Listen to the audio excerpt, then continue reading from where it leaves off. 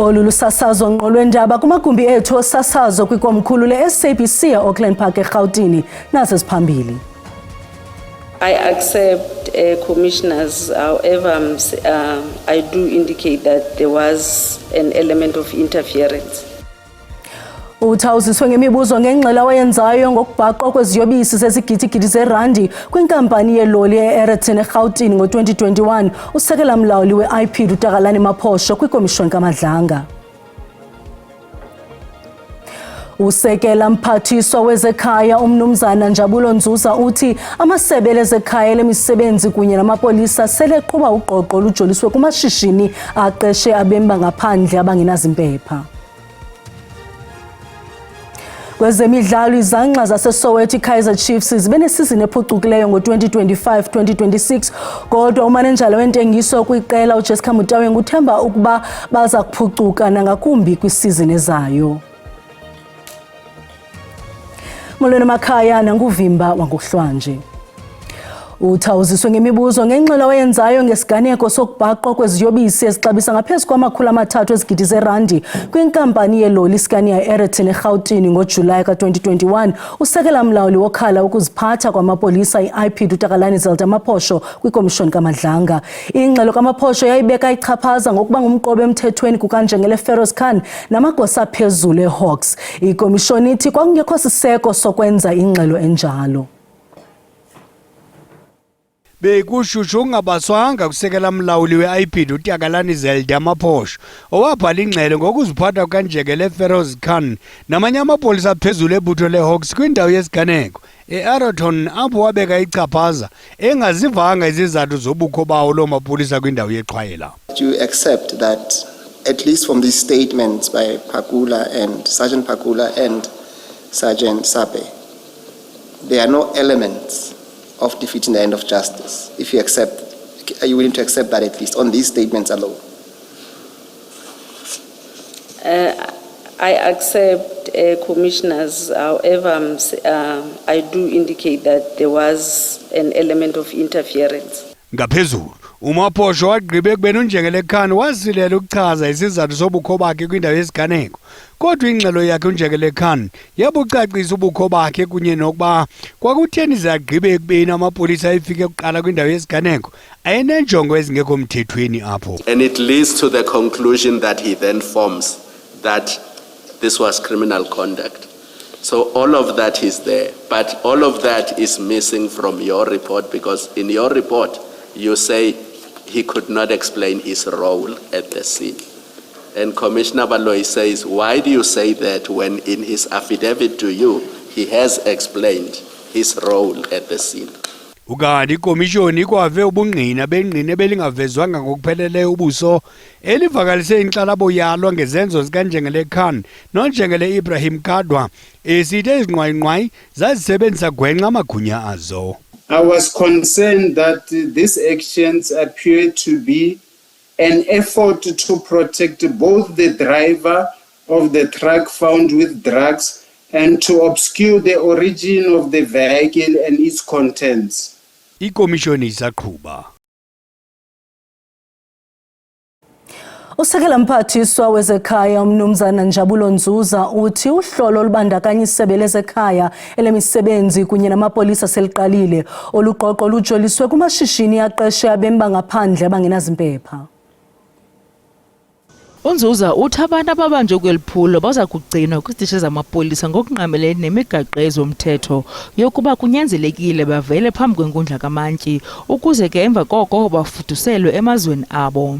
Ukwacacisile ukuba nanjengoko elilingenayo inkundla ekhethekileyo imiba yokungena kweli bonke abarhanela baza kuvela kwiinkundla zikamantyi kuzwelonke. Usekela mphathiswa ebesithi thaca iqiniso zikarhulumente emva kwentetho kamongameli Cyril Ramaphosa ngecawe nalapho athe wabhengeza amanyathelo angqingqwa okuqubisana nabo bangena kweli ngokungekho mthethweni kwakunye nokuqiniswa kwemithetho yengqesho kona yokungena kweli. We do accept that law enforcement operations, as the President said, must be heightened. We have already started the process of doing that. We have done some inspections as of last week, which are being done now in a joint manner between ourselves as Home Affairs, including the SAPS as well as Labour. What we are doing is not that those operations must be done when we are there ourselves as deputy ministers, but they must be done even when we have left. We have given strict instructions that the teams must continue to work together. We'll be also be doing some more inspections also this week and the weeks to come to make sure that those who are in the country illegally are then deported to their various countries. What is also important is that we are focusing on companies that employ illegal foreign nationals, because if we cut out the demand of illegal migrants coming into work, then you will have a situation where people are not, having an appetite to come into South Africa because they will originally be motivated by the fact that they will find jobs. Uqoqosho lweli lwande ngaphaya kokuba bekulindelekile lukhula ngomyinge ka-0.5% kwikota yokuqala yalo nyaka. Iinkcukacha zohlumo lwemveliso yeli kutshanje ezikhutshwe liziko leli lenkcukacha manani Stats SA ziza xa kanye kusanda kuvakala ifuthe lemfazwe kumbindi-mpuma.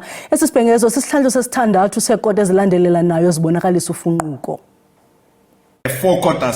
Isibhengezo seziko leenkcukacha manani leli Stats SA sibonakalisa ufunquko olusuka kumyinge kaxhaxhe ka-0.4% obelushicilelwe kwikota yesine kunyaka uphelileyo. Amacandelo elezezimali, elezolimo, elezorhwebo nelezezimbiwa ngawona benegalelo elincumisayo kolufunquko loqoqosho. We have an overall or a universal growth save the manufacturing industry, which has grown in the negative 0.8% and contributing negative 0.1 of a percentage point.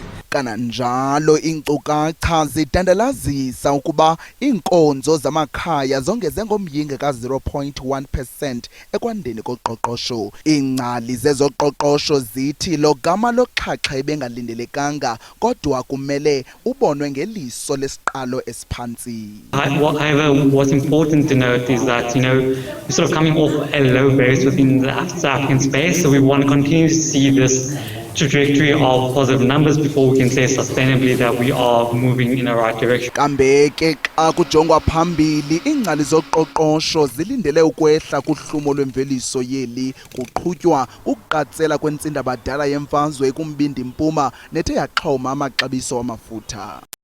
Confidence has already deteriorated in the second quarter, and we expect mounting pressure on consumers who were already under strain prior to the fuel price shock. Conditions are likely to worsen further from the second quarter as fuel prices surged and interest rates increased.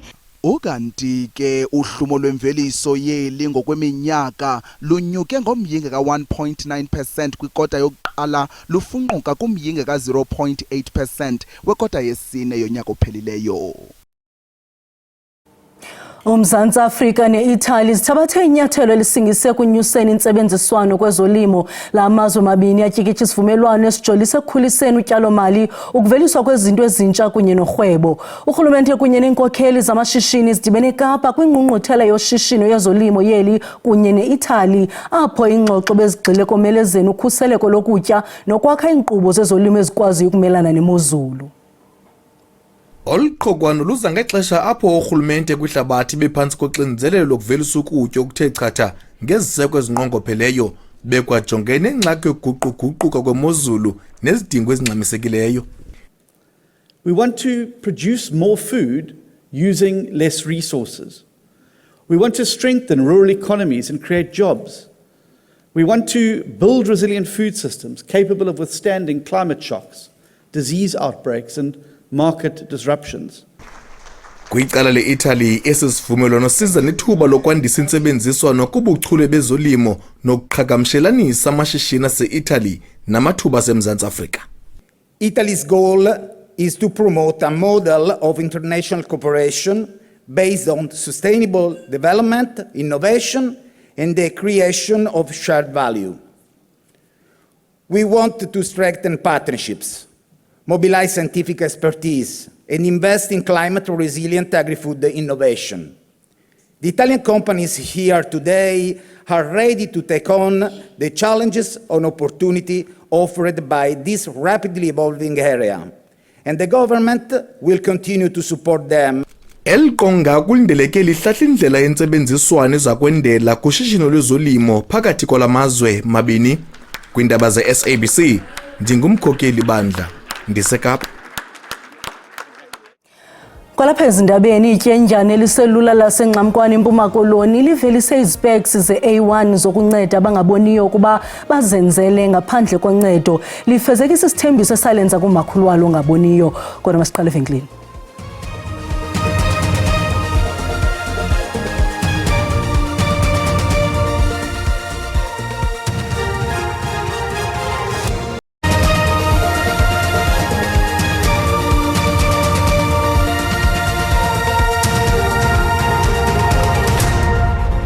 Sinamkele kwakhona uyakwazi ukubukela kwakhona izindaba kwijelo le-YouTube uthi SABC Indaba zesiXhosa. Ukanti xa ubukele sicela ucofe ulike ze ukuba ukamcofa usubscribe sibongoza wenze njalo kwinqaku lokuqala sithe. Uthawuziswe ngemibuzo ngenxela wayenzayo ngesiganeko sokubhaqwa kweziyobisi ezixabisa izigidigidi zerandi kwinkampani yeloli e-Aeroton eGauteng ngoJulayi 2021. Usekela mlawuli we-IPID uTakalani Zelda Maphosho kwikomishoni kaMadlanga. Ingxelo kaMaphosho yayibeka ichaphaza ngokuba ngumqobo emthethweni kukanjengele Feroz Khan namagosa aphezulu eHawks. Kubonakala ngathi ziyehla izenzo zolwaphulo-mthetho kwiphondo laseGauteng. Nangona kunjalo lonyukile izinga lenani leziganeko zokuxhwilwa ngomyinge ka-1.6% ngelixa amatyala esondo onyuke ngo-5.2%. Kusenjalo iphulo lokulwa ulwaphulo-mthetho i-Operation Shanela likhokelele ekubanjweni kwabantu abayi-36,122 nalapho 11,115 yabo ingabemi bangaphandle abangenazimpepha.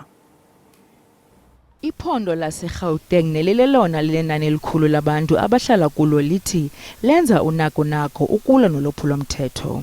Lehlile inani lamatyala aliqela kwaye amapolisa ayanqwala ukuba ikhona imikhwa ephembelela izenzo zolwaphulomthetho. Lehle nge-2,433 inani lamatyala aquka ukubulala, ukuzama ukubulala, ukubetha ngenjongo zokonzakalisa, ukubetha kwakunye nokuphanga kweliphondo laseGauteng. Amatyala okubulala ehle ngomyinge ka-15.0% ngelixa awokuzama ukubulala ehle ngo-3.2%. Kananjalo amatyala esondo kwanokudlwengula ehle ngo-202 nto leyo ebalelwa ku-9.9% ngelixa amatyala okuxhatshazwa ngesondo ehle ngo-5.2%. Quarter under review, we had 1,287 cases. These cases were presented before court, where 128 sexual offenders were sentenced to combined 19 life terms and 109 years imprisonment. Eliphondo likwabone intshukumo eziliqela nezikhalela ukugcwala kwabemi bangapha kwicingo abangekho mthethweni. Umbuzo ke umile ukuba zithini izicwangciso zeliphondo ngaphambi koqhankqalazo olucwangciselwe umhla wama-30 kule imiyo noluza kuvakalisa izikhalo zabemi beli ngakubemi bangaphandle abangenazimpepha. Usapho lukaZenande Chilwane olahlekileyo alukalahli ithemba. Elityendyana lineminyaka engama-21 ubudala liduke emva kokuba isithuthi ebekhwele kuso nabanye ababini sathi saphoseka kumlambo iCrocodile eMbombela eMpumalanga ngecawe. Izidumbu zikaVigo Godfrey noTintswalo Khoza zifunyenwe ngethuba kutsalwa isithuthi emlanjeni. Iindadi ziphinde zachitha iiyure zikhangela kumlambo zele zingwenya. Ima ukuziqhalanisa nale meko kusapho kodwa abakalahli ithemba. Bakholelwa ukuba uZenande Chilwane oneminyaka engama-21 ubudala uza kufunyanwa kutyholwa ngelithi uChilwane ebehamba nabahlobo bakhe ngethuba isithuthi sabo santlitheka kwecingweni saphaphatheka umgama sayontlitheka kumqobo de sawongena kumlambo iCrocodile. Very devastated. You know, it's very painful not to see your loved one, and there's no closure. But our position, because we are believers, we believe in the power of God, and we believe and hope that we'll find him alive in one piece. Amapolisa asasaze i-drones kunye neqela le-K9 ukujonga umlambo kunye neendonga zawo. Emva koko indadi zangena zingaphungisanga kula manzi aqhaqhazelisa umzimba. Kangangeyure bekhangela kodwa uShilwane akabonwa nangozwane. Out the drones to go and see if we can see anything. We didn't pick up anything with the drones. And then we put the divers in the water. We did a section of about the size of a rugby field that we did dive this morning, but unfortunately we didn't find him. So that tells us now that the stream is very strong. So then we think now that it's gone down further downstream. Ukanti kuza kuqhuba ukhangela lityenyana ngomso. Umsunguli wezinto ezintsha yasemnqakwana ngasemdantsane eMpuma Koloni ijiki isithembiso sanhlandlolo kuninakhulu ngaboniyo sabasisombululo kubantu abangaboniyo. Ngenkampani yayo iSpectacles for the Blind ivelisa iglasses nobuchwepheshe banamhlanje iAI ezilungiselelwe ukunceda abantu abangaboniyo bahambe ngokukhululekileyo nangokuzimela. Okukubeka kwindawo ephezulu kwihlabathi kwi-Leap Startup Competition kunye nesimemo sokubonisa ubuchwepheshe eHong Kong ngoJulayi. Ndicela undincede undibambe isandla undise kwindlu yangasese. Uelihle Sitali nokhulele ezwe litsha ukhule ingamazo wayeva qho ekseni kumakhulu wakhe. Ngelikukhuthaza imingeni wayejongene nayo mihla ngenxa kamakhulu wakhe ongaboniyo. uStali wazixelela sakhula ukuba uza kuvelisa ubuchwepheshe buza kuncedisa ukubuyisela isidima, ukuzimela nokukwazi ukuzihambela kwabantu abangaboniyo. Ndikhethiwe ke ukuba ndiyorepresent South Africa ne-Africa ne-Eastern Cape ukuphuhlisa ezi specs endizenzileyo. So kuya kwami eChina kuzanceda ukuthi ndifumane imali yokuzenza ezi glasses zibe ninzi, ndikwazi ukusupply to like NGOs, the clinic, to the hospital, and also help the people that need them the most, and also make the glasses affordable. Ukuqatshelwa kwakhe kwamazwe ngamazwe kuphawule yona nkqubo phambili ebalulekileyo kuye. Ukubonisa ubuchule bakhe eHong Kong kunotsala abatyali imali intsebenziswano kunye nenkxaso mali edingekayo ukuze zifikelele kwimarike eziglass zobuchwepheshe kwaye kuphucule impilo zegidi zabantu abangaboniyo. Nangona kunjalo ukuya kolukhuphiswano kuza nendleko kwaye uStali uhlaba ikhwele ecela inkxaso mali ukuze akwazi uyofikela eHong Kong afumane indawo yokuhlala kwakunye nokuhlawula indleko zalo mboniso. So ndenze i-TikTok account under the score Tamlihlana uElihle Sitali. So ngandifumana phaa inkcukacha kokuqala, but ndenze i-Bhakabhati campaign ethi from Eastern Cape to China, smart AI tech glasses to the blind. So far kule Bhakabhati campaign yenzileyo sifike ku10,000 rand, but imali esidingayo in total i80,000 rand. Kwiindaba ze-SABC ndunguntombozuko Bhalentulo kuGombo City. Sibulela mawethu ngokusweleka indlebe senikhumbuze ezangomso niziphakelwa ngogxa bethu ngesiZulu. Kamnandi mawethu.